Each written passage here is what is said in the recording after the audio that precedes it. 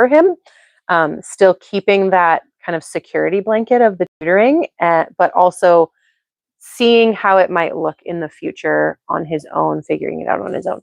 And then after a year of that, we went down the first 6 months of the next year. We did 20-minute slots, so twice a week. And by the semester, he was like, I think I'm okay. And now he's in grade 12 math, which I forget. I think it's pre-calc 12. And it is his probably one of his most challenging courses, but he's doing okay. Wow. And like, to me, I'm like, from where we were in grade 4 or 5, like it's incredible. So this is kind of like the macro, like I'm telling you like the macro, but in the minute to minute, it can be very, very challenging, especially because you as the safe person is like absorbing the hard, right? So they're giving you the trash and you just have to be the trash can. And then every once in a while the trash can gets too full. Somebody's got to take out the trash. So it goes okay. The older they get and the more real that you can communicate with them, they understand, right? Okay, so I talked a little bit about the touch type read spell. So we really stuck with that TTRS. This is just a program that you can get. I did not teach him. I tried early on. That was a mistake. We did not do any writing instruction until grade 8. So like grammar. Yeah. So he would be able to say like, I know that's a period. Yeah. I know why the, city of Langley has a capital L on it. Like he knew those things, but to go from head to like out through the pencil or the pen and get his words together to make sense, that was very, very challenging. So we waited until grade 8 because writing 5-alarm fire, math 5-alarm fire, this was like a level 3. Because I feel like you can get away with not writing well, but it's going to help you significantly in the future if you can write well. So even emails, it's like you can tell when you get emails, like, right? Oh boy, they didn't even bother to like reread that or whatever. So anyway, it does affect, I would explain these things to him. I'm like, okay, so like, here's the why. Because everything with a kid who's on the border of PDA, it's like, if it does not matter to them, you cannot make them do it. Just forget about it. Like, yeah, you have some experience. I feel like you're talking about my son, but undiagnosed. And I looked it up. I'm like, well, and my daughter too, and I looked up like ODD as well. Yeah. She had huge ODD once I found out, and I was like, oh my gosh, I'm so sorry. Like we probably should have helped a lot more. But she was like my first, and I just, you're as a mom, you're adapting all the time. Yeah. I didn't know it wasn't, the terrible twos were like 2 to 3 hour temper tantrums. So it's my first, and I was like, I guess this is terrible, guys. I understand why you said that. Yeah. And then you have more, and then you're able to kind of see. 20 minutes is like normal for like a temper tantrum, right? Those kinds of things. So yeah, definitely. Yeah, that's so challenging. I totally lost my train of thought. Sorry. Okay. You're talking about resources that you're using. Yeah. Okay. Thank you. So writing instruction, grade 8. I remember doing. I think we were in co-op, and he had a project that he had to do where it was like a Venn diagram, and it was very basic. It was like wolves and dogs, Venn diagram. And if he told me and I would scribe for him, I would write for him, no problem. But I actually made the mistake of having him do it by himself first. That did not go well. Those things he could say until he's blue in the face. He knows the difference. He knows where they're similar in the middle. He could not figure out how to write through that, which was really eye-opening for me, because I was like, this is like really basic. Like this is, this is probably more like 3rd grade learning. And so through that, I decided to get a writing program. I tried a couple different ones, had more success with some than others, but what I did is I just adapted them. So I really loved, we have Classical Academic Press. Oh my gosh, I'm like totally blanking on the writing program that they have. Writing and Rhetoric. Yeah. Thank you. So I picked up one of those, and we basically did it verbally, a lot of verbal answers, Q&A. I never made him do the handwriting portion of the sections. And then because he was typing by this time, because he had been doing TTRS enough to where he was very competent, and he would still have spelling errors, but that didn't matter. I would go to the part where writing and rhetoric makes you do your own kind of rewrite. And I would say, okay, just 4 sentences, type it out, and we'll get there, and we'll go one by one. And then 4 sentences, you're good. You've got a paragraph. And it was inch by inch doing that for years with different things. So like, I think writing and rhetoric has technically 2 books per year. Yeah. I'm pretty sure we did 1 book for like a year and a bit. And that's just how it was. And it was okay because actually it's a really good program. It's got the classical stories and they're interesting. And, so once we kind of got that portion of it, we did do grammar. Their other one, well-ordered language. Well-ordered language. Thank you. That one eventually got to where you aren't just underlining or doing periods, what needs to be capitalized, that kind of thing. They start to diagram sentences. He never got the hang of that. That was okay with me. It's fine. To me, I was more trying to show him like, look at how language can fit together like a puzzle. And so, because he's so puzzle oriented, and that worked. So I would diagram the sentence and then he would look at it and be able to tell me the pieces, and I would mix them up. And then he would be like, oh, that doesn't make sense because it should really be here. It sounds like that. And, so we would accommodate. And over time, I would just kind of try and force him to do a little bit more writing. Like, okay, now we're at 5 sentences. Now you're in grade 9. We need 2 paragraphs. That's 8 sentences, like just piecemeal by piecemeal. And then as he got older, he was like, there is a little bit of it where once they kind of like scale these mountains, things do become significantly faster and easier once they can get there. So now he can write, a page essay and it's okay. How often were you?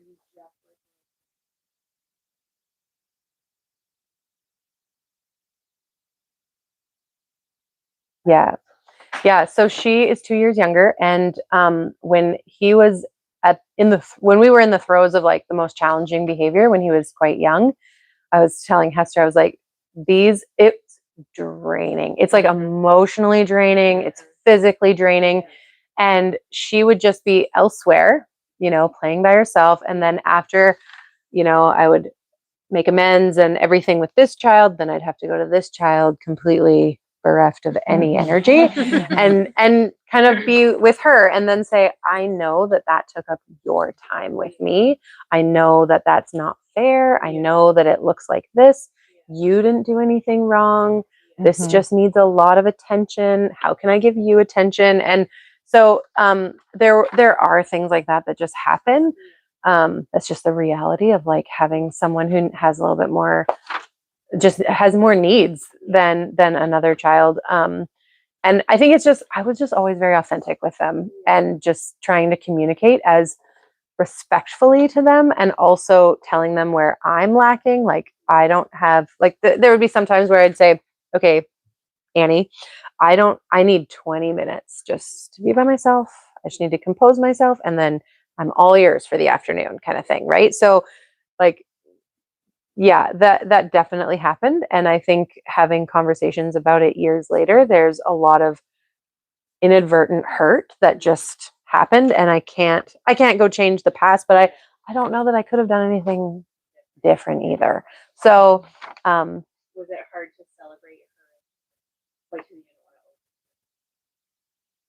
yeah, she had some of the same struggles, but she's much more compliant and she's much quieter and introverted and insular is the wrong word, but like very inside herself. And so she just withhold a lot. So I didn't know until, it would come out later. And so, yes, we would celebrate anything, like whenever it happened for anybody, any child, but she was always better in math until she wasn't. And so, and like, they kind of were the same with reading. and Luca was always better at typing, and like, so like they're kind of always like this, right? Like, so yeah.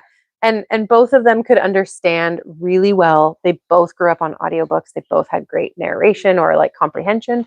And so there just wasn't a lot to like, I don't really feel like the kids held over things above the other person. Now I will say, because I only have two, I don't know, this is just my experience. There was like a solid 5 years where they just fought all the time. Like they just bickered all the time. I'm sure that you guys have that if you have kids more than 2 children, but like, wow. Like they were like best friends when they were little, and then they got to like maybe 7, 8, 9, and then kind of like through 13, 14, and now they're like best friends again. So I don't know, they just had to get it out. I don't know. To me, that's just like normal sibling stuff, I guess. So I just want to bring up something we discussed, because I think we need to touch on this a little bit. So one of the things we talked about was how when you're going through that tough patch, as a parent, you're thinking like, wow, the behavior of this child is off the charts, and I must be a terrible parent, and what am I doing wrong in my parenting? And so how did your parenting change once you figured out like these are the diagnoses, this is how my son's brain works? Yeah. I definitely had a lot more grace for all of us, him and myself included, but I also I kind of felt like I had to figure out how to communicate in a different way.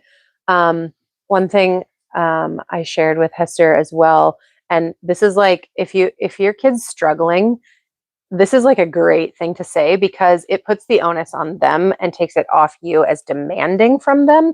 I would say to my kid, how much of this on a scale of 1 to 100 do you not feel like you can do yet? And how much of it you just don't want to do? And I was always surprised that it was like 80% I don't feel like I can do it yet, and 20% I don't really want to do it. And I always thought it would be the opposite. Yeah. So that was really eye-opening for me. And just like, I still use language like that. Another thing was just really having open communication about how I was handling this, and like, do I need to apologize to you? Like, forgiveness is just like a muscle that needs to be worked out. It's actually very easy the more you do it. And so having a parent who like apologized for my tone or the words I used or whatever, I think he believed me. He believed that I was in his court and that I would advocate for him and that I was trying to do the best for him because of the way I respected him with communication. So that's a little bit. That's helpful because And I'll go into that a little bit more soon about some of those things. Yeah. Okay. Let's see. Let me get back. Okay. So I didn't even talk about the executive tree. the funnel. So executive function with a kid with ADHD, I can only tell you what we did. It might look different if you have this in your family. It was basically taking the soft skills, the life skills, and habit forming or habit training.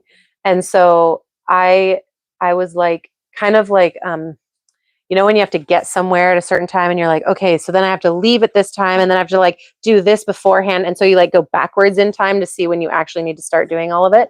That's essentially executive function on a level that a child doesn't have, right? Or they would know that it really shouldn't take that long to get their shoes on. But so just doing things like, okay, so I'm going to teach you all of these like life skills over time. I mean, we're talking years, right? Like this is not in 2 weeks, you have this down, to where he could be a competent adult.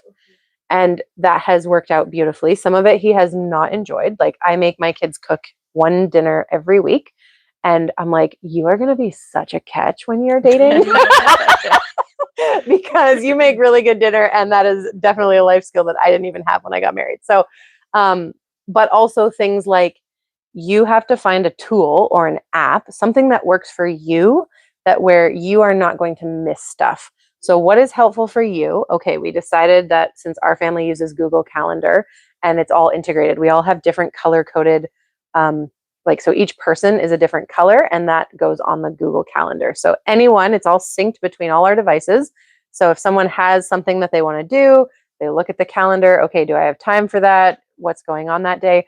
I don't think my son knows what happens day to day, even though he has the routine, until he looks at the calendar every day. So whereas we can say, oh, I know in 3 days' time I have this talk, so I'm going to have to prepare for that. Da, da, da, da. It's a surprise every time, which can be really challenging and also really frustrating for the person, right? So we kind of like have learned, I've kind of taught him how to backtrack, and like once a week we have a check-in. We set alarms for everything. And he has an ADHD coach who's been tremendously helpful. Dan Duncan is his name. He does virtual conferences and all that kind of stuff. And that's also removing me from the piece and adding in somebody who has ADHD and also trains people really good ways to cope, or tools, I guess, to use effectively, who need that information. That has been hugely helpful. So the way Dan Duncan has explained it to my son is, he's like, the minute that alarm goes off, because I give him like a 5-minute breather. So if he has to do something at 2 p.m., 1:55 p.m., the alarm goes on, and he writes down on the alarm what it is that he has to do. And he said, now, Dan Duncan saying this, he's like, what you're doing is you're swinging on your trapeze, and you have to, at 1:55 p.m., jump to the next trapeze, and that's what you're doing next. You are not doing two things simultaneously. You're not on two trapezes. Yeah.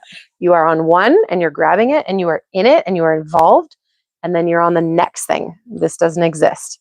So for someone who doesn't have ADHD, I'm like, you just walk over and do the next thing. But it's almost like Mr. Duncan had to give him the visual that he could understand, and also the out. So if he didn't want to jump on the trapeze, because that first one's really fun, he said, okay, but you have to make a new alarm. You cannot not do anything with that alarm. So that made sense to my son. So he's like, okay, so I cannot do the thing at 2, but when the alarm goes off, I can't get out of my app. It's like you're tricking your brain. I can't get out of my app until I set it for another 30 minutes. And then I can decide again. So that gives him that autonomy that he's desiring, but also the reality of the alarm is clicking his brain like, reminder, you need to do this thing. That's really helpful. Yeah. They Yes. just say, oh, they have problems transitioning. Yeah. Why do they have problems? Yeah. Right? Exactly. Especially if they're enjoying whatever they're doing. Yeah. Some that never want to go to the bathroom. Yeah. Having fun doing anything, right? Like, it's Yeah. Yeah. That's a thing. Yes. Yeah. Not going to the bathroom dance. Yes. Right. Totally. Yes. Yeah. And that I learned the term interoception. I've never heard that. 8 sense. So we're working with an OT. So 6th sense is proprioception. So like where your limbs are in space. Okay. 7th sense I wrote down. I can't remember. 8th sense is interoception, which is what you're seeing. Hunger, bathroom. How am I actually physically feeling? Sugar shot, all that stuff. And a lot of people have bodies actually do, Interesting. but it starts so good. Yeah. I'm currently trying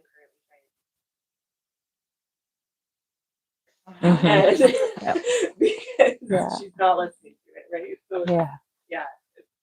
Yeah, that's really interesting. yeah. Still learning. Yeah, I Still know. new science. Yeah. Still new words. Yeah. So anyway, the ADHD coach was really helpful. He's still using that service like once a month. They'll have a half an hour check-in. And then kind of right where it's gone now is because my son's graduating and he's going to do a gap year. There's so many logistics that have to happen for this next thing that he's now, I think, I'm still doing a little bit and then helping him with forms and all this kind of stuff, but he's realizing, okay, that next level of autonomy, I have to like raise up there with my responsibility to match it. And I have to do the thing. And I just don't, there's too many things. How do I like swim through it and pick one to do it? So Dan Duncan's been wonderful for that. Something I did want to talk about is during this whole time period, strengths of the child were heavily, heavily emphasized. So you can't just have like all work, no fun, right? So like, and it's so draining. And also it like our school days were very short. The hard work of the math and the reading and all that was actually a very small fraction of the day, but mentally it was a lot more for the child per day. And so strengths, so like, you know, anything that he could build, we would do co-ops with other boys his age where it was nothing but like soldering and building electronics and things like that. And then we taught my husband taught him how to use power tools at a pretty young age, and he did. Okay, like I took AP Physics in high school and I got a great grade, and he surpassed my ability in physics in like grade 7. Mm-hmm. So his project for his science that year was something that college students don't even do. It was building a tensegrity sculpture with power tools. And like, so basically, I don't know if you guys know what that is. It's like, if you've ever seen a sculpture that it looks like it's an illusion, it shouldn't work, and it works. And it was like this I wish I would have brought a picture of it, but yeah. So, and he just like thought of it up, designed it, figured out how it all worked out, made it, worked great. I could sit on it and it was that stable. So amazing. Like the strengths were highly emphasized. Any ideas that he would have, because of the novelty thing of ADHD, I would really try to understand how serious he would be, especially if it costs money, before we jump into it. So I actually made him wait an entire year before giving him piano lessons, because I was like, piano lessons, number one, they're very expensive. Number two, I do not want to have to fight this kid to practice to make it worthwhile. Do not. So I told him, you can ask for a whole year, and if you still want them, then we will put in the money and get you a piano. And now he has never taken Royal Conservatory lessons, and his teacher puts him at about a level 8 if he took the test. So he's a phenomenal. He can play like very, very, very hard music. And he just has the desire to learn. And talking about it when he's older, he's like, the reason I love music so much is because it's a constant puzzle that I can match. Once I figure out how to play this full piece, then I just get to go on to the next one. And it's a new puzzle, a new challenge. Yeah. Yeah, exactly. So, yeah, no, that's no problem. Thanks for coming. Have a good night, guys. It's good to see you. Of course. Yeah. Okay. Yeah, sure thing. Have a good night. Thanks for coming. Bye-bye. Yeah, of course. No That's worries. okay. No worries That's at all. okay. Yeah, sounds great. Okay. Yeah, sounds great. Trying to think, just want to touch base here. Another thing that I haven't talked about yet is the movement piece is really important. I've discovered with the ADHD brain, I mean, we all know that exercise is good for everybody. Getting in nature, getting outside, moving the body actually helps the brain work better with kids that are neurodivergent in this way. So we would go on hikes almost every weekend for years. That was kind of like inside our family culture. And this kid who could not spell, did not have a desire to spell nor write or anything, would say, Mom, give me some words and I'll spell them when we're hiking. And I'm like, okay. And we did that for that was probably the only spelling instruction he had. And he would get it harder and harder. And, it started out, okay, cat. Yeah. Okay. You've mastered that. Now what about house? That's a tricky one. Right. Mm-hmm. And he would go on. And that is basically the only spelling instruction he had. But it was like, my body is moving and I'm being challenged. So now my brain can work. We did skiing as a family. And my son, how you think like as your own personal self, oh, if I only had 3 more lifetimes, I could have been these 3 other things. In one of his lifetimes, he could have been an Olympic skier because he is phenomenal and he's very, very fast. So my husband's a phenomenal skier as well. So last year, I think he clocked in. He has a little thing that tells him his speed at over 90K.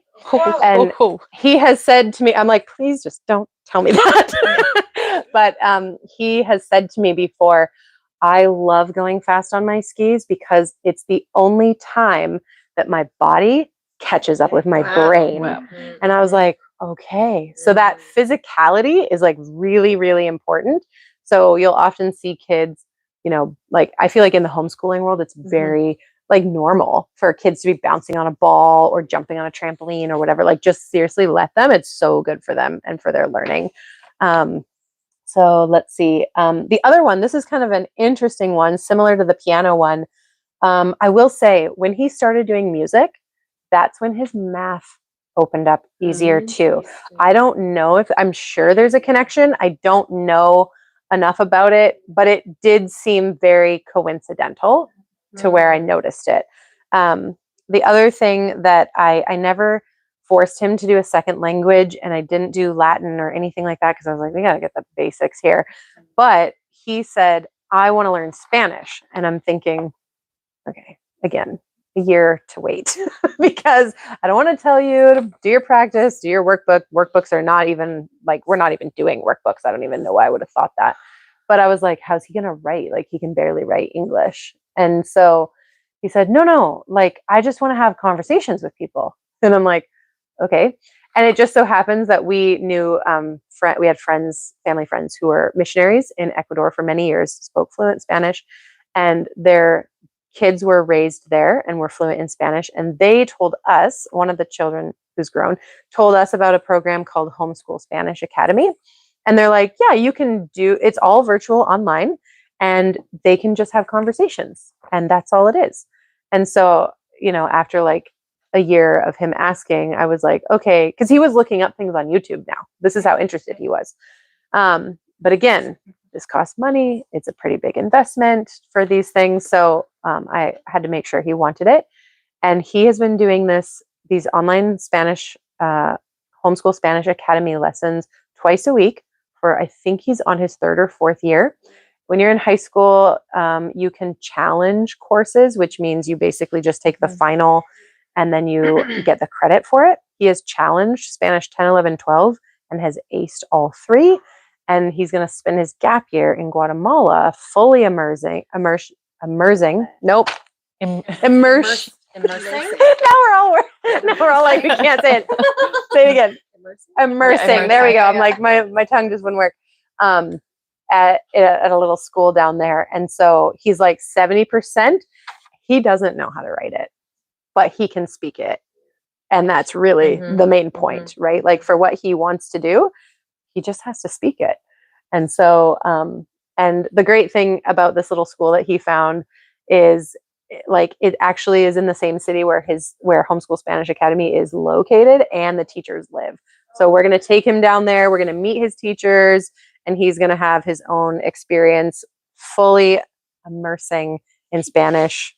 And he will probably be fluent, I would expect, by the time he comes home. So, and that was his goal. He's like, I want to be fluent in Spanish. For what reason? I have no idea. Who put that thought in his head? Not me. I don't know. Maybe it's his novelty. I'm not sure. Let's see. Okay. I talked a little bit about communication. Something that I wanted to just mention, this is kind of just a side for communication. I found a book that was super helpful. It's not about communication. It's actually about motivations. It's by Gretchen Rubin, and it's called The 4 Tendencies. And this is not like a parenting book at all. It's basically this lady came up with 4 tendencies, which is how we deal with motivations. Are we internal? Do we deal with external expectations? Do we thrive on internal expectations? Do we not like any of them, which would be the rebel, or that's more of like a PDA thing, or can we do both? And so learning that was really helpful in how I communicate to him, because I realized he will only follow internal expectations. So what he wants to do, that's what he'll do. And if you put outside expectations on him, he doesn't want anything to do with that, but he can if convinced. There's like the big caveat. Yeah, like you have like, so I think his, okay, let me think. I have to like remember which aren't of them. You moving it though? I think the way I understand it, you're moving it from an external And by convincing him, you're actually moving it to an internal, which is where he will respond. Yes. Yeah. And there's also like the other thing that ties into that is like, do I care about this relationship that even though I don't want to do it, the relationship is more of a priority, so I'll maintain it. So when I read this, he's a questioner, so he'll question everything that's placed upon him. And actually this works with my husband too, because he's a questioner. So when I read this, I was like, oh man, I'm like double dipping here. This is great. So basically if you put an expectation on him, like, I'll use my husband for an example. Hey, texting, can you bring milk home when you come home from work, from the grocery store, whatever. Doesn't ever happen. It's like, I don't want to do that. So then when I realized, okay, actually, can you get milk before you come home, because we need it for this thing that happens tomorrow and I don't have time to get it, and the grocery store is not going to be open when I need to leave, or whatever, right? Like there's a reason why I'm asking you, and that's what you need to process, as opposed to you just not wanting to do it. Honestly, it changed everything. So like, it sounds so simple and kind of dumb to like, we do so many things all the time that we don't want to do as moms and homeschoolers and all that. So like, it's so rote to us, like what, like that's crazy, but it makes a huge difference, especially with a child who has zero desire for your outcome. What do I care? And so just, turning on that communication, that was like key. And so, it's called The Four Tendencies.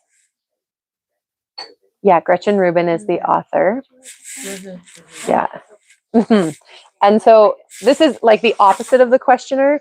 I can't remember the name of them, but it's like the person who literally can never go and exercise by themselves without a person, because they have to have the accountability of the external person waiting for them. Yeah. So I will go at 5 a.m. to a class, but I will not wake up at 5 a.m. Yeah. But if your friend's there, you're like, I will be there. I will be here at 5 a.m. Have the house ready for us to work out. I would totally have the house ready to work out. I'm having to grow though. Thank you. Yeah. But no, that's totally me. Yeah. So, and then the one at the top, the opposite of rebel, because the rebel doesn't want anything, even their own internal expectations sometimes get in the way. The one at the top can do both. So they can handle internal and external expectations being placed upon them, which as an only child, I can do all of that because I had to. So that was another piece of the communication key piece that I wanted to talk about, just realizing how to communicate well to the child. Expectations. When you have a person in your family that has neurodivergencies, I feel like the expectational change is monumental. It's so big. You kind of have to come to grips with like, what did I think it was going to look like? What is the unknown that I'm walking into, which is like a huge expectation shift? What are my best case scenarios? Like, what do I think about this? Do I feel embarrassed by this? How does this reflect on me? Like all of those things are expectations that they're really buried. And then they come to the surface with going through, a shift like this. So just know that expectations change significantly. And if I look back to before the psych ed, my outcomes of homeschooling, number one, they look totally different, but what I got instead is like so much more dynamic and amazing because I went with the strengths. And we remediated, and that was really hard, and I don't discount that, and it is very challenging. But like the way I was then able to jump into, like he's such an out of the box thinker.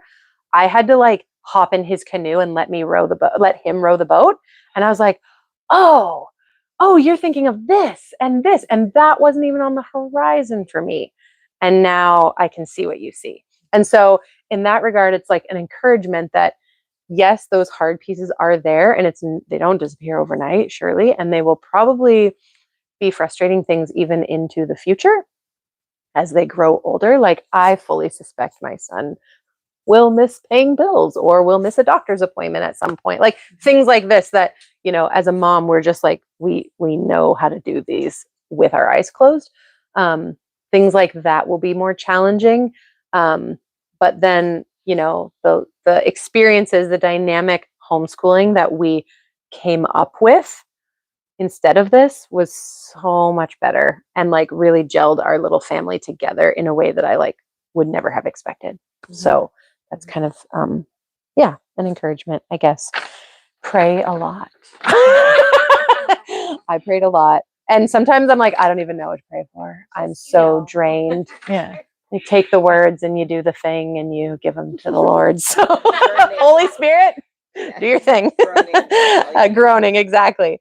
Yeah, spending time in ways that are fun for the child cannot be like valued highly enough. Like it's so valuable to do even the smallest things that the person thinks is fun, and that will bond the relationship because you're doing so much like heavy work in a way that like there has to be like like a pressure cooker release for that, and just to have fun and like, you know, so like I would just take him, hey, let's go to the groceries and you get to pick out pop and a snack, which pop almost never comes in our house, and he's like, I'm on board. It's $4 well spent.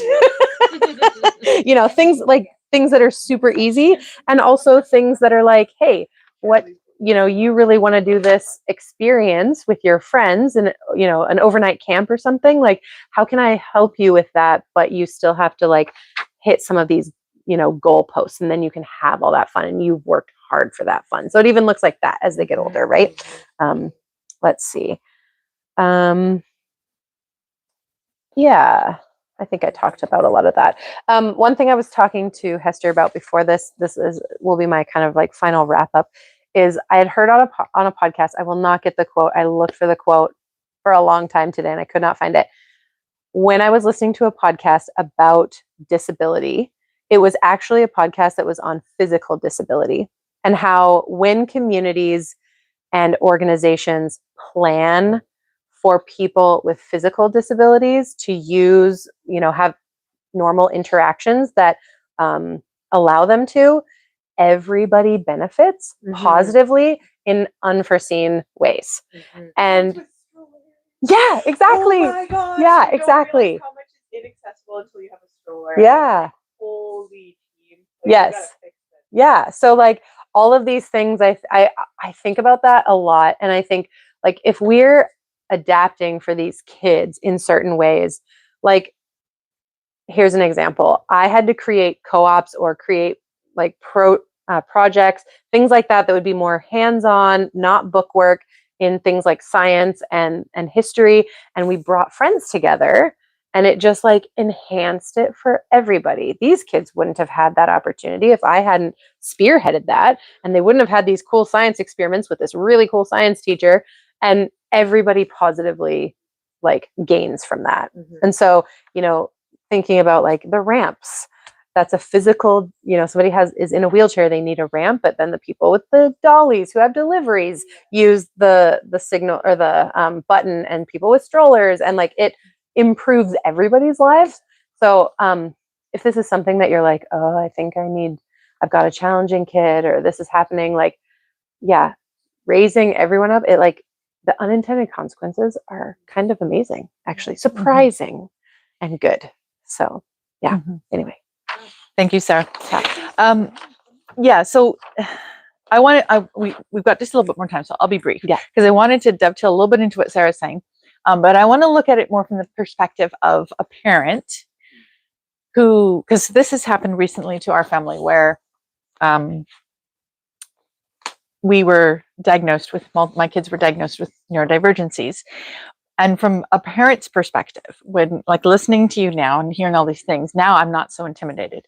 But when you first realize there might be something going on with my child, or in our case, what happened was I was registered, the kids were registered, we didn't have a teacher, we weren't enrolled with the school, and I was putting together these co-ops, and the kids were coming, families were coming, they were enjoying the classes and the lessons, and everyone was doing really well, and I felt like we were just kind of all muddling away in our little corner being the little people we were. And I felt like we were probably behind and we were probably less than average and we were probably all the things, but it was okay because we were happy. The kids were doing fine. There was a bunch of other kids there from other families. And for the most part, everything was fine in our world. But then there came a place where I had to transition to being enrolled with a school. So I enrolled with Ascend and I was assigned a teacher. And the thing happened that I dreaded. The teacher, after 1 or 2 months of reviewing my children's work, she said to me, "There's something going on here." And I was terrified because I felt like I'm finally going to be exposed for the home education fraud that I am. And there was that part. And then there was also the part where when she said, I think we're looking at some neurodivergencies, I heard like all the things Sarah's talking about, like the difficult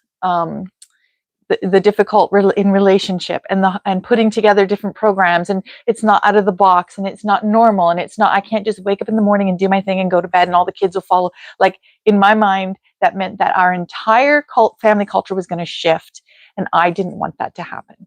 I felt like what we're doing works for us. We might be a little dumb, we might be a little behind, but we're happy. So please just leave us alone.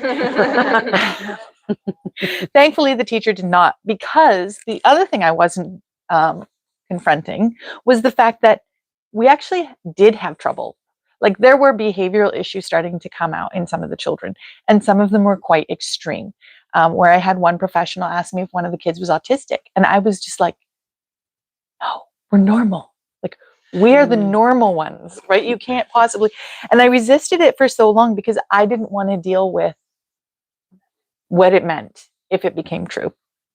But finally, at the same time, I was doing my research. So I was looking into what are they talking about? What are they talking about? And as I started to research, this is what I really want mamas to hear. I learned that the biggest barrier to accepting what the teacher was saying, what the professionals were saying, the biggest barrier was that I would have to confront some of my own issues, because these neurodivergencies that were being found in my children were from me. And I didn't want to deal with that. That was the biggest problem. I didn't want to deal with it. But I didn't have a choice. And I also realized at a certain point, like as we went to therapists and we talked to teachers and professionals, I realized like there was some behavioral issues that were happening that were so extreme. And like you said, you were ready to put your son back in school. And I was at a point where I was in an emotional place where I didn't think I could find it in me to have one more day to deal with one of those outbursts that would go on for an hour and that would end in a hole in my wall. It was so bad. So I consented and I said, let's do the thing. Let's get this done. And so we did the psych ed assessments, and I can tell you that that was the number one most helpful thing that I've gone through with my children, both to help understand how we're being educated, but also to help understand how I need to work with the children, each one of them, to help them not only with the behavioral issues that we were being confronted with, but also with some of the learning challenges that they had.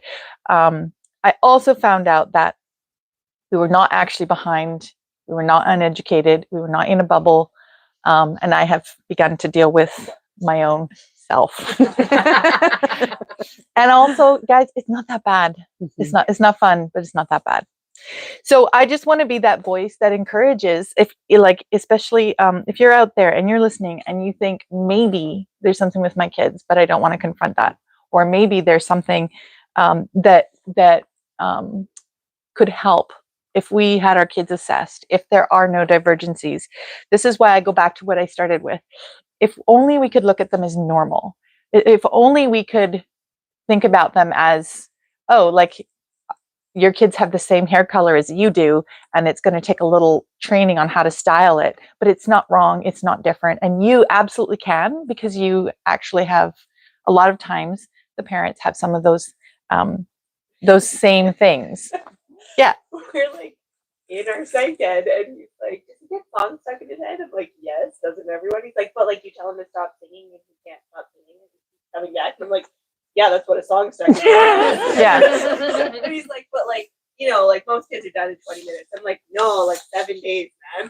Yeah. That's how I, like, for real, that's how songs are in my head. So I'm like, that's not neurodivergent. Yeah. Yes. And then you're like, So just one more thing, and then I want to show you some of the resources as well. So yeah, so just one more thing. So, and then also on the adjustment, and you mentioned this too, it's like once we had the assessments done, the adjustments, we actually didn't have to do many adjustments. It was actually, I had a fear that wasn't actually materialized because we had created the environment in our homeschooling, in our own little homeschool that was really good for these children. Now I had to do some tweaking. I had to understand, like Sarah said, I had to understand how to communicate much better to the children.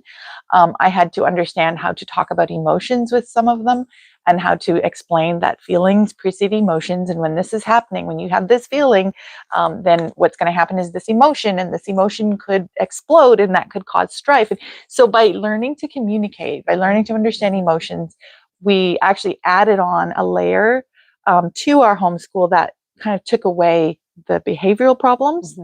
And in terms of academics, we didn't have to adjust at all because I already had been teaching them to the way that they learned, right? So just a few resources. This one here, I will always and forever recommend this one. It's Hold On to Your Kids by Gordon Neufeld. And it's going to talk about the most important thing, which is your relationship with your child. And so throw out every shred of academics before you jeopardize the relationship with your child. It is okay if they grow up not knowing anything because they have a relationship with their parent. And then the other one is this one, Smart but Scattered for teens. And it's not for the teens, it's actually for the parent. And you do it with your teen, and you read through it. And there's a bunch of charts and lists that you can work through with the child. So the child will kind of rate you as a parent, and then you can rate the child. It sounds terrible. It sounds terrible. In the psych ed too. You do that in the psych ed. Yeah. But what it does is it ends up like this one here is for teens. What parenting style do my parents use? And I got a high ranking on authoritative and democratic.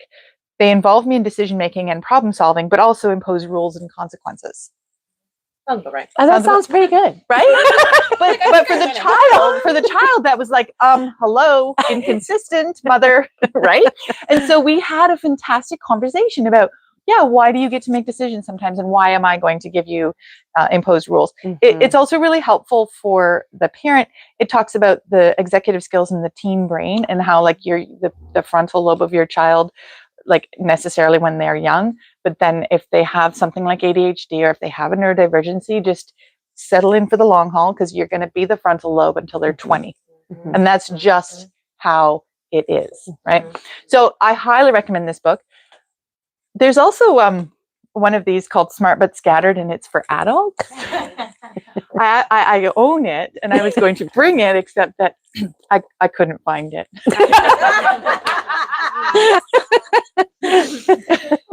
And then finally, this one here. This one, it's called The Soul of Desire, and it's by Curt Thompson. And this is one that I recommend if you are one of the parents like I was, where you're being told there are some neurodivergencies here, and the worst fear is dealing with yourself, right? You know that there's some issues that you yourself have to deal with. You have to bring it out and you have to confront them. So Curt Thompson, he's actually a Christian psychiatrist. And this book is about the neuroscience of longing, beauty, and community. And we're actually hardwired, and we find healing in art, in beautiful music, in deep community. And so he goes through this and explains how we're actually created, which just it's a wonderful thing. We know this, but then to be encouraged and taught how to do that, to heal your own trauma. So can I piggyback off that? Yes, go for it. Does anyone want to guess what the number one thing for neurodivergent kids to succeed in life would be? Yes. Yeah. Downtime. That's a good I was one. gonna say decrease stress. Decrease stress. I was Okay. gonna say No. supportive family. No. Sorry. I was gonna say supportive parents. It's one person who loves and supports them. Yeah. One and Yeah. this is being shown. More is better, of course, but Yeah, more is better. But It's this just is one. being shown like even in academic scores too. Yeah. Like some of these homeschool kids are achieving high academic scores, and the parents or this parent in some cases is not exceptionally educated or overqualified, right?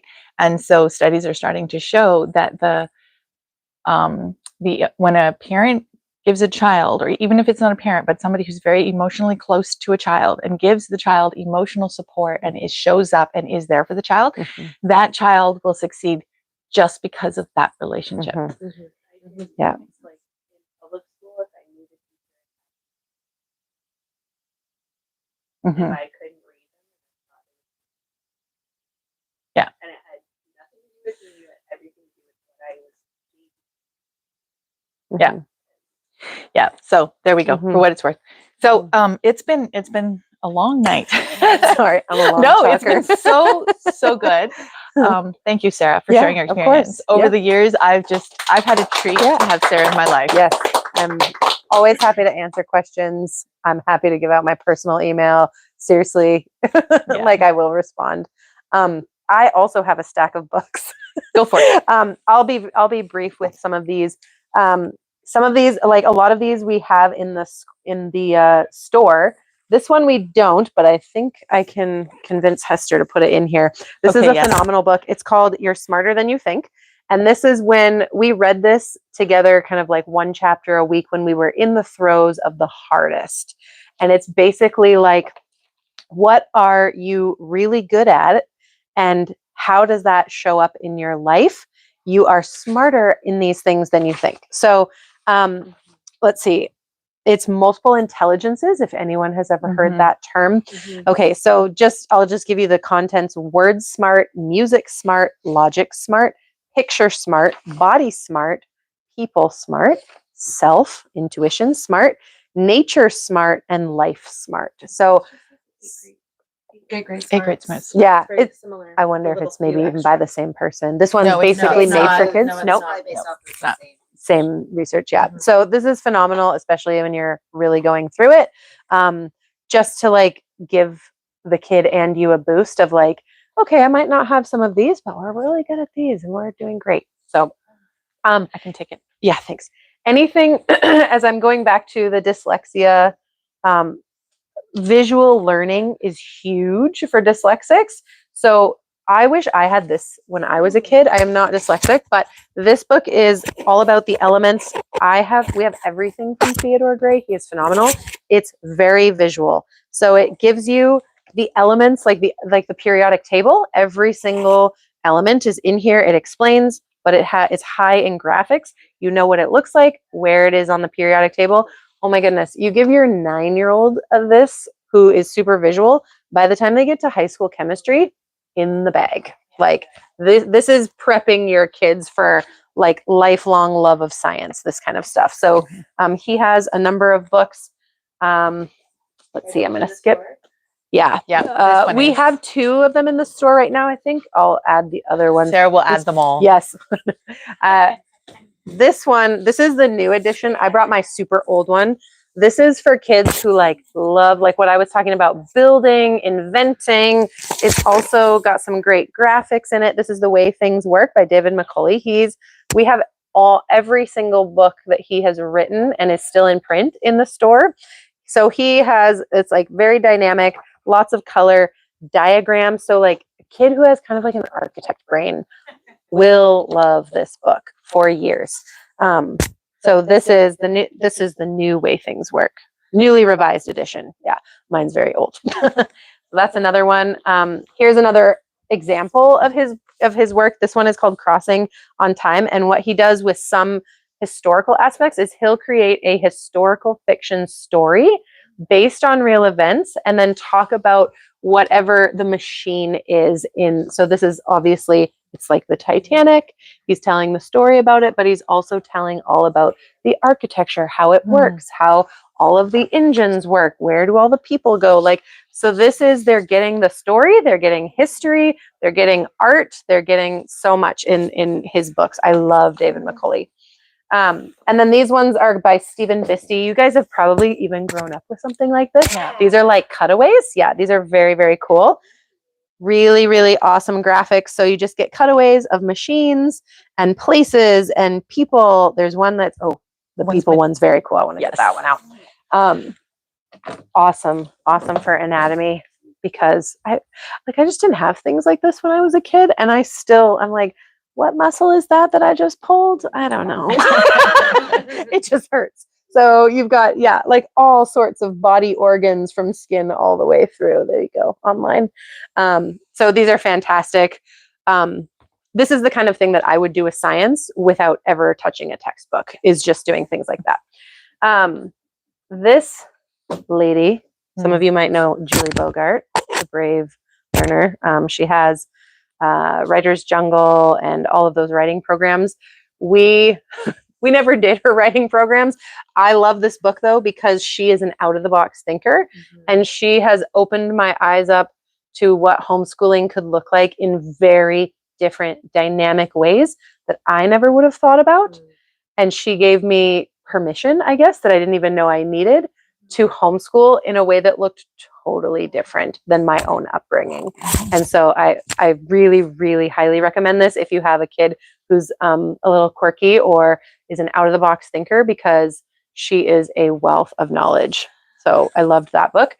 And then just because the English major in me is coming out, and this, I don't know if any of you guys know this book, Jim Trelease's The Read Aloud Handbook. This is like probably one of the top 20 homeschooling books that I would put. If I had to call 20, this would be in there. This book gives you basically all of the research, all of the information, all of the encouragement, and all of the lists of why reading aloud through as far as your kid will let you is so worthwhile. We had to do it. I didn't know that when we started homeschooling that I would be reading aloud to a grade 11 student, but here we are. And this guy is like, no, the longer the better, whatever they're interested in. He gives tons of book lists. It's awesome. I think he's in the eighth edition. Like this guy's, he's not going out of print, I think. And Sarah Mackenzie, if you know Sarah Mackenzie, the Read Aloud Revival was inspired by her. Whole thing was inspired by this book as well. So like this is like the foundational book. Yeah. So homeschooling can look a lot different, a lot more dynamic. Ask me questions. Have a good night. If you need to go, whatever. Okay, Sarah. Yes. Yeah, sure thing. Okay. I can put those away. Yeah. Okay. Well, with